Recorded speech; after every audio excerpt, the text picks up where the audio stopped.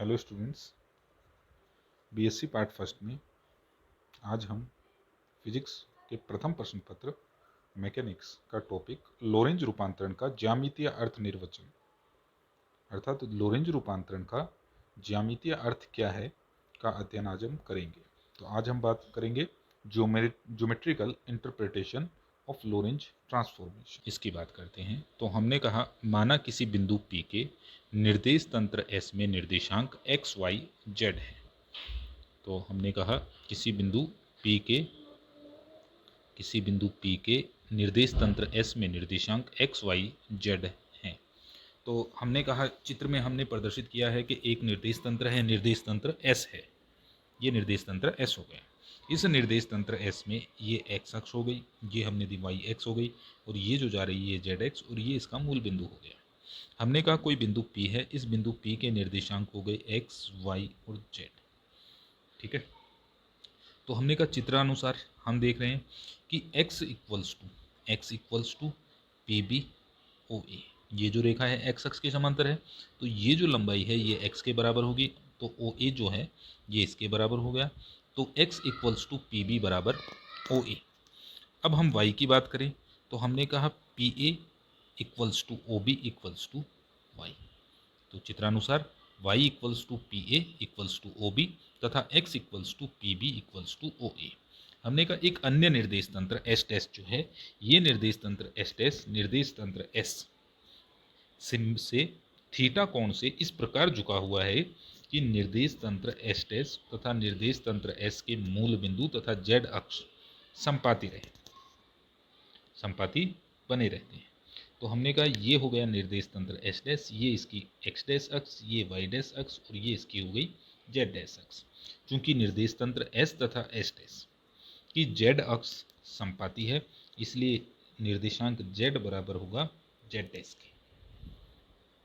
अब हमने कहा चित्र में हम देख रहे हैं कि Y dash equals to P C equals to O D तथा X dash equals to P D equals to O सी।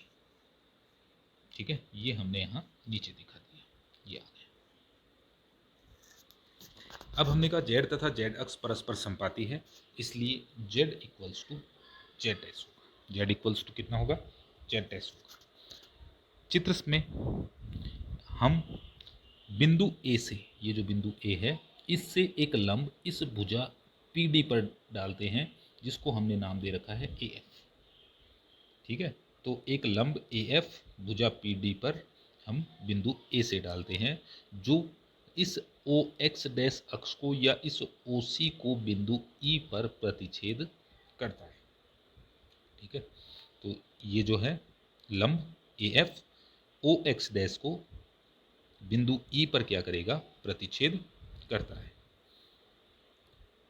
ये हमने यहाँ लिख दिया। अब ए से पी डी पर एक लंब ए एफ डालते हैं।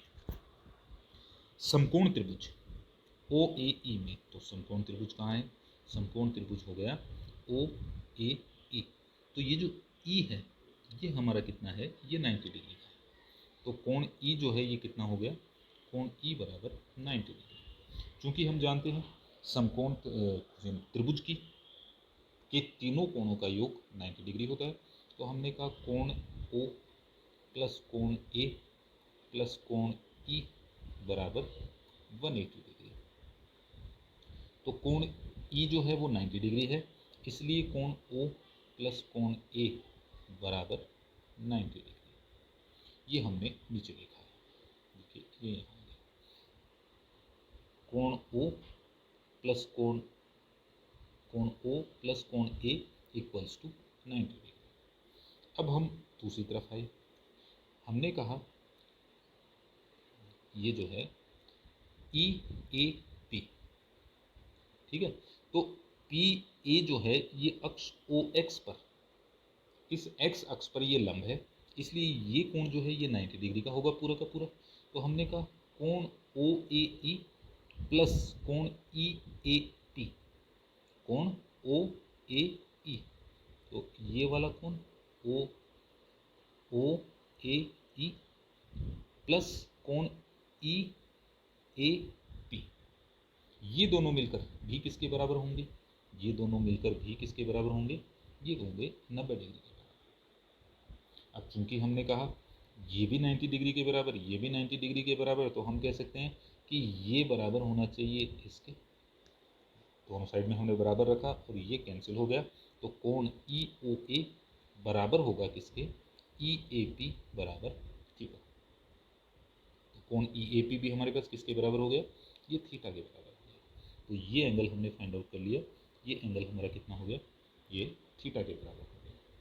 अब हमने कहा समकोण त्रिभुज, समकोण त्रिभुज ओ ए ई में, तो समकोण त्रिभुज ये हमने बना लिया ओ ए, ये ए हो गया, ये ए हो गया और ये ई हो गया। तो ऊपर चित्र में हम देख रहे हैं कि एंगल ई जो है वो 90 डिग्री का है, तो हमने कहा एंगल 90 डिग्री का है और ओ पर कोण कितना बन रहा है, ये थीटा बन रहा है। ठीक है, तो ये हमारा हो गया परपेंडिकुलर, ये हो गया बेस, ये हो गया हाइपोटेनस, वैसे बोले तो लंब, आधार और कर्ण। ठीक है, तो हमने कहा कोस थीटा बराबर होता है आधार बटा कर्ण। कोस थीटा किसके बराबर होता है, कोस थीटा आधार बटा कर्ण के बराबर होता है।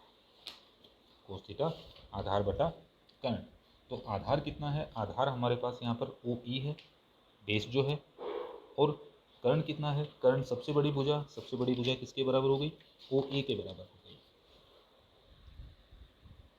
ठीक है, तो ओ ए हमने ऊपर जो समीकरण 1 लिखी थी उसमें ओ ए जो है वो हमने किसके बराबर माना था, वो x के बराबर था, माना क्या था, वो x के बराबर था। तो ओ ई बराबर किसकी हो गया, x कोस थीटा। अब हमने कहा साइन थीटा की यदि बात करें तो sine theta equals to perpendicular upon hypotenuse, लंब बटा कर्ण। तो लंब जो है वो किसके बराबर है, ई ए ई के बराबर है, और हाइपोटेनस कर्ण जो है वो ओ ए के बराबर है। इससे हमने निकाल लिया A E equals to X sine theta. अब एक दूसरा त्रिभुज ले लिया हमने, त्रिभुज समकोण त्रिभुज है एफ ए पी, तो ये हमने बना लिया त्रिभुज एफ ए पी। ठीक है, इसमें एफ जो है ये तो होगा 90 डिग्री का, ठीक है, ए और ये हो गया पी। ए के ऊपर हमारे पास एंगल है थीटा, सिमिलर ये परपेंडिकुलर, ये बेस और ये हाइपोटेनस, ये आधार हो गया, ये लंब हो गया, सॉरी ये लंब हो गया, ये आधार हो गया और ये हमारा कर्ण हो गया। इसमें भी हमने त्रिकोणमिति अप्लाई की, त्रिकोणमिति अप्लाई करते हैं तो सबसे पहले कोस थीटा इक्वल्स टू आधार बटा कर्ण, मतलब बेस बटा हाइपोटेनस। बेस है हमारे पास ए एफ, हाइपोटेनस है ए पी, तो ए एफ इक्वल्स टू आ गया Y sine Y cos theta. तो ए पी जो था वो समीकरण 1 में हमने लिखा था ए पी किसके बराबर है, वाई के बराबर है, तो ए एफ इक्वल्स टू हो गया वाई कोस थीटा। इसी प्रकार हमने निकाल लिया P F equals to Y sine theta. ठीक है, अब हम चित्र में चलते हैं, तो हमें वैल्यू निकालनी है एक्स डैश और वाई डैश की। तो हम एक्स डैश के लिए चित्र में पहुंचे, चित्र में हमने कहा एक्स डैश जो है किसके बराबर है, एक्स डैश जो है वो पी डी के बराबर है। ठीक है, हमने लिखा X dash equals to P D. ठीक, पी डी किसके बराबर लिख सकते हैं, पी डी इक्वल्स टू हो गया D F plus P F. ठीक है, डी से लेकर एफ तक और एफ से लेकर पी तक, यदि इन दोनों को जोड़ दें तो किसके बराबर हो जाएगा, ये पी डी के बराबर हो जाएगा। ठीक है, अब हमने कहा अगर हम इस डी एफ की बात करें, डी एफ बराबर है ओ ई के, डी एफ किसके बराबर है, ओ ई के, तो एक्स डैश इक्वल्स टू हो गया O E plus P F. तो एक्स डैश किसके बराबर हो गया, O E plus P F. तो हम आगे आए, देखिए X dash equals to P D equals to P F plus F D, और एफ डी जो है वो किसके बराबर हो गया, वो ओ ई के बराबर, ओ ई के बराबर। ये इन सब की वैल्यूज़ हमने ऊपर निकाली हुई है। देखिए ये तो आ गया पी एफ की जगह हम रख देंगे वाई साइन थीटा। ओ ई की यदि बात करें, ओ ई एक्स कोस थीटा, तो ये हमने यहाँ रख दिया ओ ई की जगह एक्स कोस थीटा, तो एक्स डैश आ गया X cos theta plus Y sine theta. इसको हमने समीकरण 3 से नोट कर लिया। अब हम कह रहे हैं दूसरा निर्देशांक है वाई डैश की वैल्यू निकालनी है, तो Y dash equals to P C equals to E F equals to A F minus A. इसको भी चित्र से समझ आते हैं। तो हमने कहा वाई डैश जो है वो किसके बराबर है, पी सी के बराबर है। पी सी किसके बराबर है, पी सी ई एफ के बराबर है, ये ई से लेकर एफ तक ये वाली, ठीक है। ए एफ किसके ई एफ किसके बराबर है, तो हमने कहा ई एफ बराबर हो गया ए एफ माइनस ए, मतलब इस ए एफ में से यदि ए ई को हम घटा दें, इस पोर्शन को घटा दें, तो हमारे पास क्या आ जाएगा, ई एफ आ जाएगा। तो ये हमने यहाँ लिखा है Y dash equals to P C equals to E F और E F equals to E F minus A E. तो ए एफ और ए ई का मान हम ऊपर निकाल चुके हैं, तो ये तो आ गया ए एफ और ये हो गया ए ई, ठीक है। ये दोनों वैल्यू को हम रख लेते हैं। तो Y dash equals to Y cos theta minus X sine theta, Y cos theta minus X sine theta, ये हो गई हमारी समीकरण नंबर 4। ये तो समीकरण इन निर्देशांकों के रूपांतरण समीकरण X dash equals to X cos theta plus Y sine theta, Y dash equals to minus X theta plus Y sine theta. तो इसको सारणिक रूप में लिख लिया हमने। सारणिक रूप में लिखा तो हमने कहा एक्स के कोऑर्डिनेट पहले लिखा X dash Y dash, X dash Y dash, फिर एक्स के कोऑर्डिनेट एक्स के मल्टीपल कोस थीटा, और यहाँ नीचे वाली समीकरण में माइनस साइन थीटा, तो यहाँ कोस थीटा और माइनस साइन थीटा, वाई का मल्टीपल साइन थीटा और नीचे cos theta sine theta cos theta, और एक्स वाई जो है वो हमने निर्देशांक ले लिया। अब लोरेंज रूपांतरण समीकरण में tan theta equals to iota V upon C रखने पर, तो टेन थीटा बराबर आयोटा वी अपॉन सी रखने पर, तो सबसे पहले हमने कहा gamma equals to 1 upon root of minus V square upon C square. हमें पता है गामा का मान कितना होता है, गामा होता है 1 upon root of 1 minus V square upon C square. तो इस टर्म को हमने माइनस के साथ में इस प्रकार से लिख लिया, तो जब आयोटा स्क्वायर करेंगे तो यहाँ माइनस आ जाएगा और minus V square C square आ जाएगा। तो आयोटा वी अपॉन सी के स्थान पर हमने टेन थीटा रख लिया, तो ये हो गया 1 upon root of 1 plus tan square theta. 1 plus tan square theta equals to sec square theta, और वर्गमूल है तो ये हो जाएगा सेक थीटा। तो ये टर्म हो जाएगी 1 अपॉन सेक थीटा, और 1 upon sec theta equals to cos theta. अब यहाँ iota B upon C gamma, ठीक है, iota B upon C tan theta के बराबर था, ये यहाँ से गामा हमने निकाल लिया cos theta equals to sine theta. तो iota B upon C gamma किसके बराबर हो गया, साइन थीटा के बराबर। अब हमने कहा लोरेंज रूपांतरण समीकरण X dash equals to gamma X minus V T, ठीक है, इसको हल किया तो ये हो गया X dash equals to gamma X minus gamma V और टी, ठीक है। सी से इधर मल्टीप्लाई किया, सी से यहाँ मल्टीप्लाई कर दिया, इसको प्लस कर आयोटा स्क्वायर लिख लिया, ठीक है। अब हमने यहाँ से देखा तो सी को निकाल कर हम इसके साथ ले गए, तो ये हो गया सी टी, यहाँ से हटा दिया हमने, तो ये हो गया iota V upon C gamma और आयोटा सी टी।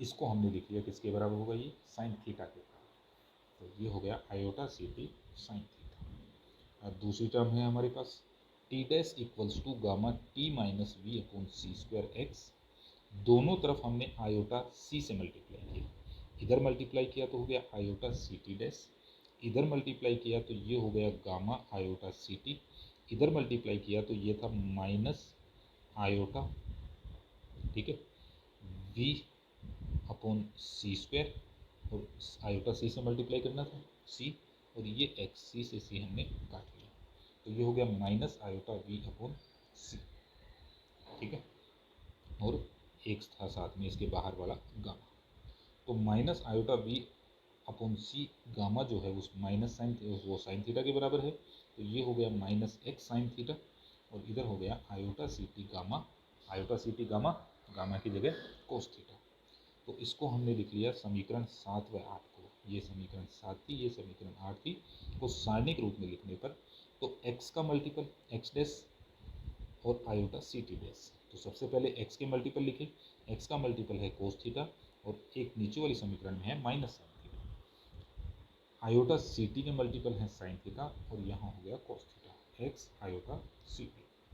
समीकरण 9, लोरेंज रूपांतरण समीकरण, लोरेंज रूपांतरण समीकरण 9 की समीकरण 6 से तुलना करने पर, तो हम 6 में आए, 6 में हम देख रहे हैं कि एक्स डैश वाई डैश है, एक्स वाई है, ठीक है। तो यहाँ पर y जो है वो रिप्लेस हो गया समीकरण 9 में आयोटा सी टी से, और बाकी इक्वेशन जो है वो दोनों क्या है, इक्वल है। तो हमने कहा समीकरण 9 की समीकरण 6 से तुलना करने पर यह प्रेक्षित होता है कि ये समीकरणें x तथा आयोटा सी टी, x तथा आयोटा सी टी अक्षों के कोण theta equals to tan inverse iota v upon C से घूमने के उपरांत रूपांतरण है। इस प्रकार लोरेंज रूपांतरण समीकरण x आयोटा सी टी दिक् में घूर्णन के समतुल्य हैं। तो कई बार एग्जाम में क्वेश्चन पूछ लेते हैं कि सिद्ध कीजिए कि लोरेंज रूपांतरण समीकरण x आयोटा सी टी या दिक् काल अंतर, दिक् काल में घूर्णन के समतुल्य हैं। तो ये हम इस प्रकार से प्रूव कर सकते हैं। या कई बार यूँ पूछ लिया जाता है कि सिद्ध कीजिए कि लोरेंज रूपांतरण अविच्छिन्नांक दिक् काल आकाश में अक्षों के घूर्णन का, अक्षों का घूर्णन के अलावा कुछ नहीं है। तो इसे भी हम इसी प्रकार